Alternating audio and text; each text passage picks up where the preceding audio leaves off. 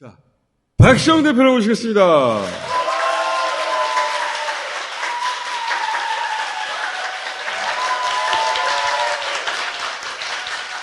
자, 물밖에 없어. 음료수는 비싸서 안 주는 거야. 그런 것 같아. 자, 박시영 TV 스튜디오 완공했습니까? 한 7월 하순경부터 아마 당산에서. 새로운 스튜디오? 예. 잘 나왔어? 깔끔해.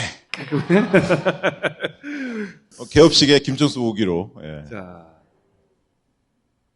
쭉쭉 떨어지고 있어요. 미끄럼틀. 이게 집권 4년 차나 5년 차의 그림이거든요. 그렇죠. 긍정은 파란색으로 하고 부정을 빨간색으로 하고. 그렇지. 보편적으로는 이상해. 긍정을 빨간색으로 한 거야. 야, 한참 쳐다봤어. 저게 뭐지? 윤석열 지지층이 빠지는 거예요. 그러니까 심각한 거죠. 민주당 지지층은 여전히 전화응답의 비율이 낮거든요. 자, 이런 상황인데 우리가 지난주에 여론조사 꽃이 FCI 조사 챕터 1 해설했지 않습니까? 요런 거는 이제 정량적 조사라고 하고 저희는 정성적 조사를 해본 거예요. 숫자로 표현되지 않는데 사람들이 말하는 단어에서 인식의 공통점을 뽑아내서 범주화해서 그걸 보고서로 만든 거예요. 지난주 금요일에 쫙 보냈거든요. 메일로. 챕터 2는 지방선거에 대해서 어떻게 인식하느냐. 대화를 하다 보면 상대방 얘기를 듣고 나서 내 생각을 구체적인 단어로 표현하게 되잖아요. 그런 과정을 거치는 거예요. 지방선거에 관해서는 대선을 졌고 그 상실감이 컸기 때문에 투표 의욕도 저하됐고 그래서 결과는 이미 정해져 있었던 거 아니냐 생각하고 있었어요. 민주당 지지층은. 대체로. 그렇죠. 관심도 많이 가지지도 않았고 투표장이 많이 안 나갔다. 대선 전에도 여론조사를 해봐요. 대선에 승리한 세력을 지방선거 때도 뽑아줄 의향이 있습니까? 이렇게 물어보면 한 65에서 70% 그렇게 답을 합니다. 집권 초반이기 때문에 힘을 몰아줘야 한다. 이긴 세력한테. 국민들 마음속에 그게 상당히 있는 거예요. 그러니까 민주당의 약지지층이나 무당파적인 성격을 가진 사람은 누가 이기든 간에 힘을 좀 밀어줘야겠다. 힘을 그런 생각을 가지고 있었어요.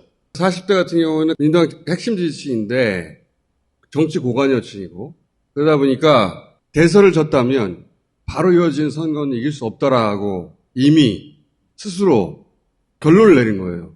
네. 그래서 이 세대는 특히 남성들은 투표 안 한 층이 많아. 네, 많습니다. 뭐 40대가 그래 투표율이 많이 저하됐었잖아요. 오히려 정치를 너무 잘 아니까 대선 직후에 전국 선거를 이길 수 있나? 이길 수 없겠지 하고 투표를 안 가는 거예요. 네, 안 간 거죠. 그래서 지방선거 결과를 보면 사람들이 참패라고 보지는 않는 것 같아요. 다수는 어려운 악조건 속에서 나름 선전은 했다. 특히 이제 경기도 선거에 대해서 굉장히 큰 위안거리를 삼았고. 그러니까 이게 아이러니인데 대선에서 바로 이어지는 지방선거라서 기대를 하지 않았기 때문에 이게 왜 참패야. 특히 그런 인식에 결정적 영향을 준 것은 마지막에 역전승한 경기도 김동연. 네. 그러다 보니까 참패다. 이재명 때문에 지방선거 졌다. 이런 인식으로 이어지지가 않아. 그렇죠. 지방선거 끝나자마자 좀 아쉽지만 나름 노력했네라는 정서를 가지고 있었는데 갑자기 이재명 책임론 막 쏟아져 나오니까 이건 뭐지? 책임이 누구한테 있지? 본인이 볼 때는 지방선거 패배는 대선에 졌기 때문에 어쩔 수 없이 이렇게 판단했는데 이거를 지방선거를 중심으로 자꾸 원인을 이야기하는 패배 원인을 이렇게 본 거예요, 지지자들은. 그러니까 대선에 졌기 때문에 지방선거 진 것이지 지방선거 중심으로 지금 평가하려고 하는 이 분위기에 대해서 아니다. 정치권에서는 보수 언론에서는 지방선거 그 자체를 놓고 이재명 책임론을 이야기하고 또 민주당 일부에서도 비판하잖아요. 그래서 그것도 따로 물어봤어. 네. 선거가 끝나고 나서 송영길 서울시장 이재명 개항 출마에 대해서 찬반을 물어보면 반반 정도로 갈려요. 네, 그렇더라고요. 적절했는가에 대해서는 논쟁할 수 있는데 그렇다고 대안은 있었나? 첫 번째. 두 번째는 송영길도 긍부정이 반반이고 이재명도 긍부정이 반반인데 두 번째는 출마가 잘못됐다고 생각하는 사람도 그래서 선거에 졌다고 연결하진 않아. 네. 여기서 바로 점프해서 이재명 책임론으로 가는 거거든요. 근데 지지자들이 훨씬 냉정하고 합리적이야. 그건 그거고 그래서 선거에 진 건 아니잖아. 이재명 개항 출마에 대해서 되돌아보니 안 나가는 게 더 좋았었다라고 생각하는 사람들은 이런 거예요. 출마가 아니라 지원 유세에 집중했으면 공격도 덜 받고 상처를 덜 받지 않았겠냐. 정치권에서 공격하는 포인트하고 달라요. 그러니까 이재명 고문 같은 경우에는 개항을에 출마함에 따라서 오히려 이미지의 상처를 받았다. 본인이 약간 손해봤지만 투표를 독려한 측면에서 긍정적인 영향을 미친 측면도 있다. 양쪽이 다 있는 거예요. 그렇지. 예를 들면. 안 했으면 상처를 덜 받지 않았겠냐. 그렇죠. 이런 안타까움이에요. 저는 반대 이유가 중요하다고 봅니다. 민주당 지지층은 이재명이라는 자산이 아까운 거예요.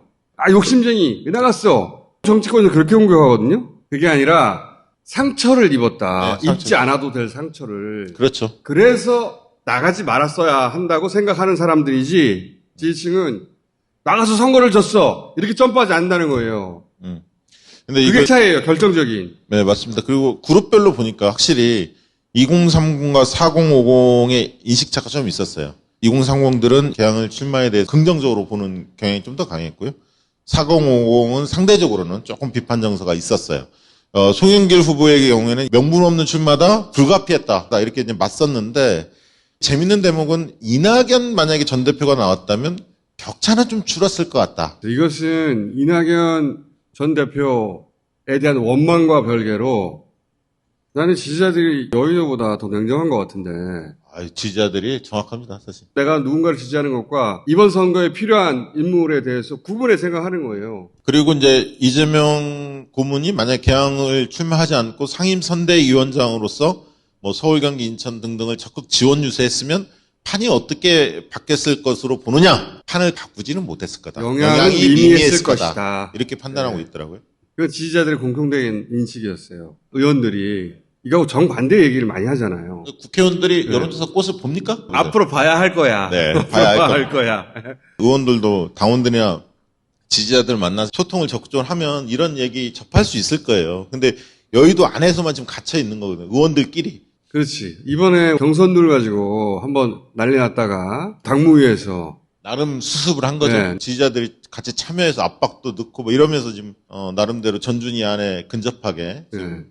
이게 이제 봉합을 한 거죠. 이걸 개파 간의 갈등이나 특정 정치인들 중심으로 비판하는데 좁게 보는 거예요.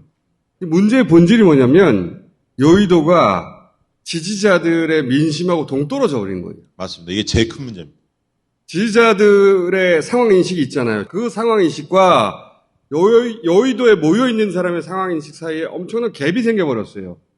대중정당은 이게 딱 붙어야 되거든요.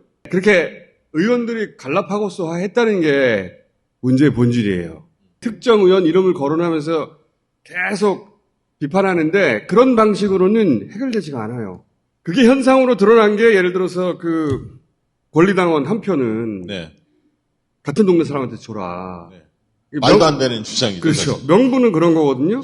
그러니까 참 황당하더라고요. 지역 균형 혹은 뭐 당대표에 대한 건강한 견제 뭐 이런 명분인데 그런 아이디어는 있을 수 있어요. 그런데 그걸 당원들의 선택권을 제약하는 방식으로 해결하려고 하잖아. 니네 동네 사람한테 한 표 더 무조건 줘. 이런 발상이 어딨어. 네, 그럼 비례대표 출신이 출마하면 고향으로 가야 돼? 원외 인사 김어준이 출마하면 어디로 해야 돼? 지역구가 없는데? 고향이야? 뭐야? 그 문제의식이 있을 수는 있다. 근데 그걸 어떻게 당원의 투표권을 억지로 제한하는 방식으로 구현을 하려고 하냐고. 본질을 이해해야 돼요. 민심과 멀리 떨어진 거예요. 자기들만의 리그에 들어가 있는 거예요. 근데 그 정도가 꽤 크다, 이번에 보니까. 네, 맞습니다. 예. 이렇게 커진 적은 없었던 것 같아요. 특정 의원 몇몇이 개놈이라서 그런 게 아니에요.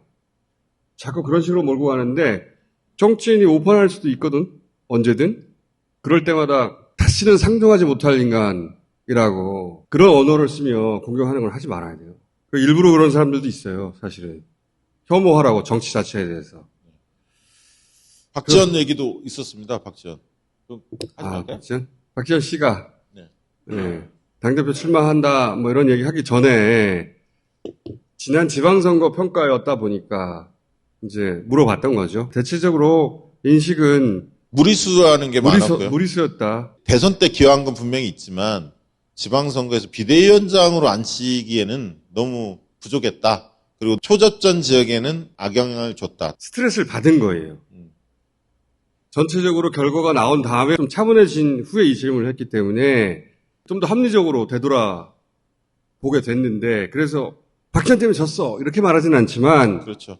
박빙인 지역엔 영향을 주지 않았을까? 그렇게 생각할 만큼 스트레스를 받은 거예요. 40대, 50대 여성분들 같은 경우도 굉장히 박지원 하면 스트레스예요. 굉장히 말이 험하게 나와요. 이준석과 비교를 상당히 많이 합니다. 그러니까 왜냐하면 이준석 효과를 기대한 거죠. 그래서 깜짝 인사를 중요한 자리에 앉히는 것은 하지 말아야 한다.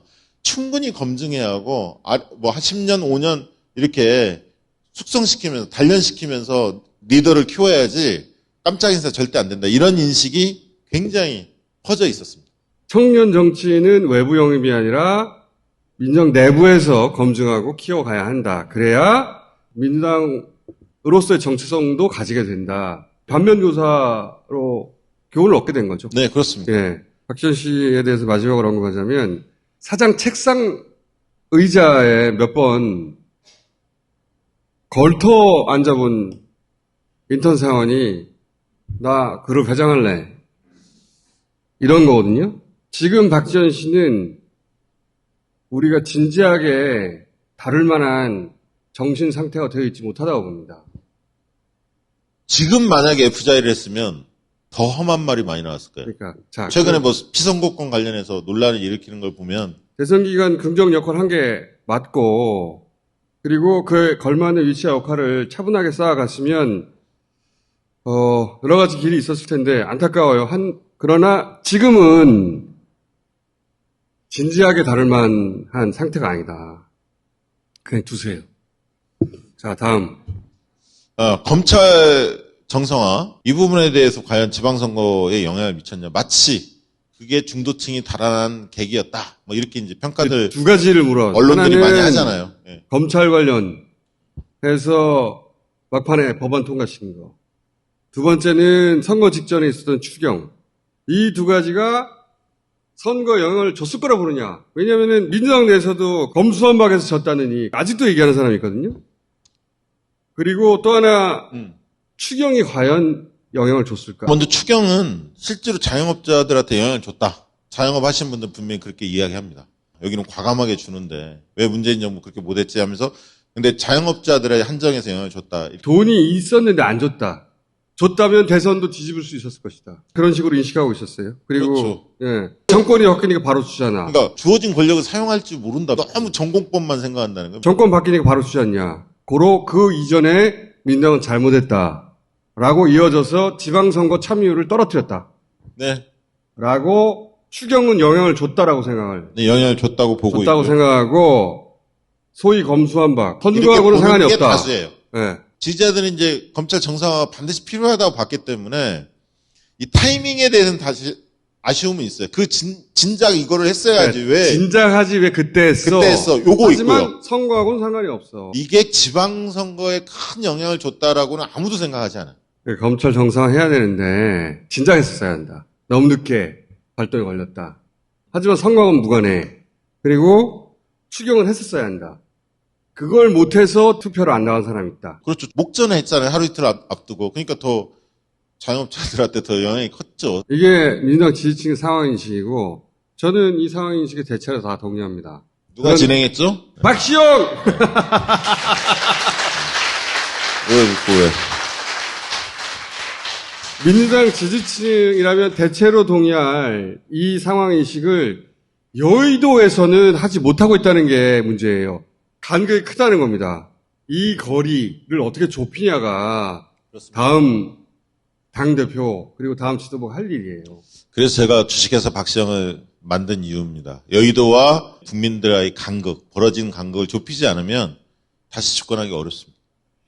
아니 집권할 거야. 아니, 우리 좀 TV 좀 봐달라고 하는 거야. 자, 챕터 3는 뭐냐? 이거 재밌어. 윤석열 정부에 대한 인식. 준비가 어떤 면에서는 안 됐다가 아니라 모든 면에서 준비가 안 됐다. 아니, 윤석열 얘기가 나오면 활기를 찾아, 사람들이. 눈이 반짝반짝해. 할 말이 너무 많아. 모든 면이 부족하다. 올라운드 플레이야. 미라클. 그 이야기가 이 다음 챕터 3에 담겨 있는데 한 발 더 들어가겠다. FGI에 담긴 내용도 재밌습니다. 근데 여기서 한 발 더 들어가서 ARS, 전화 면접, 온라인 조사 모조리 다 동원해가지고 입체적으로 네네네. 지금 국민들이 윤석열 정부를 어떻게 이해하고 있나. 네. 지금 여러분들이 보는 여론조사는 여론조사를 설계하는 사람들이 써놓은 항목에 따른 결과예요. 인사 1번, 뭐 2번, 뭐 이렇게 써놓은 거 가지고 그냥 찍는 거거든요. 네. 그런데 그보다 더 깊은 바닥 속에 목소리일 수도 있어요. 심리 뭐 이런 걸 좀 네. 긁어보려고 얼굴을 하고요. 볼 때 떠오르는 것. 네. 그 조사가 이제 다음 주 정도면 들어갈 텐데. 인사하는 것은 언론에 인사가 많이 보도됐기 때문이지 정말 인사 때문에 싫어하는 건지 다른 이유 때문에 싫어하는 건지는 사실은 제대로 측정해보지 않은 거예요. 그렇죠. 그거를 사실, 우리가 탐구해보겠다. 그게 사실 윤석열이란 말을 들으면 어떤 느낌이 드십니까? 만약 이렇게 물어봤을 때, 뭐 화난다, 뭐 그다음에 불쾌하다. 형용사로 얘기하면 할 게 되게 많거든요, 사실. 원래 회원으로 참여하시고 평생 회원이 있지, 그게. 우리 평생 회원 같은 건 없어. 원래는 1년, 3년 구독만 받았는데 월 회원을 받기 시작했어요. 월 회원 시청하시면 FGI 보고서 날아가고 지금 말씀드린 ARS 전화면접 온라인 조사 3개 다 동원해서 한 가지 목적으로 동시에 조사하는 경우가 없어. 한 번에 다 동원해서 입체적으로 한번 이해해보자. 어떤 단어가 나올 거야 아마. 발표 못하는 거 아니야? 그럴 것 같아. 아무튼 뭐 잡혀가더라도 당신이 잡혀가는 거니까. 나는 몰라. 아니, 사람들이 이렇게 말했는데 어떡해? 네. 가슈 이제. 네.